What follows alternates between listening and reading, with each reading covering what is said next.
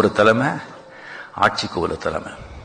Political system is equal to political politics plus developmental politics. கட்சி என்ன? கட்சி என்ன? கொள்கைகள் தான் கட்சி. அதுக்கப்புறம் வந்து அந்த கொள்கைகளை வச்சுக்கிட்டு நீ ஜனங்க கிட்ட நம்ம வாக்குறுதி கொடுக்கணும், இது பண்றோம், அது கூட வாக்குறுதி கொடுக்கணும். Political politics is to focus on election and getting elected with a declared agenda.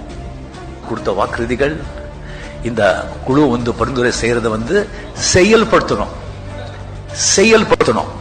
அதுதான் ஆட்சியில் இருக்கவங்க வேலை. ஆக்சுவலா பாத்தீங்கன்னா அது ஒரு சிஇஓ போஸ்ட். அது Development politics is to focus on the development of the constituency as a part of the mission for developed state, thereby developed India. And கட்சி ஆளுங்க யாருமே வந்துட்டு அவங்கள வந்துட்டு யாருமே டிஸ்டர்ப் பண்ணக்கூடாது.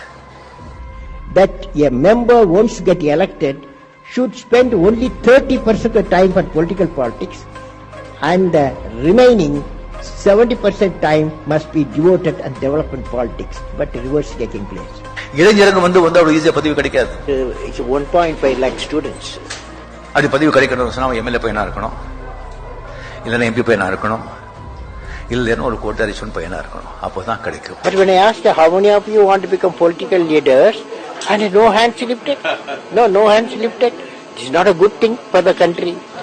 ஆக நான் வந்து என்னுடைய கட்சியில வந்து 60லிருந்து 65% 50 வயசு கீழே இருக்கிறவங்க, ஓரளவுக்கு படிச்சிருக்கிறவங்க, அவங்க சேர வேலையில வந்து ஒரு நல்ல பேர் பெற்றவங்க, அவங்க தொகுதியில அவங்க வாழ்ற இடத்துல நல்ல கம்பீரமான கண்ணியமான பேர் பெற்றவங்க, அந்த மாதிரி ஆட்களை நான் வந்து சீட் கொடுக்கிறேன். நான் விளக்காக இருப்பேன், நான் படகாக இருப்பேன், நான் ஏணியாக இருப்பேன், அடுத்தவரின் துன்பத்தை துடைப்பேன், மனநிறைவோடு வாழ்வேன்.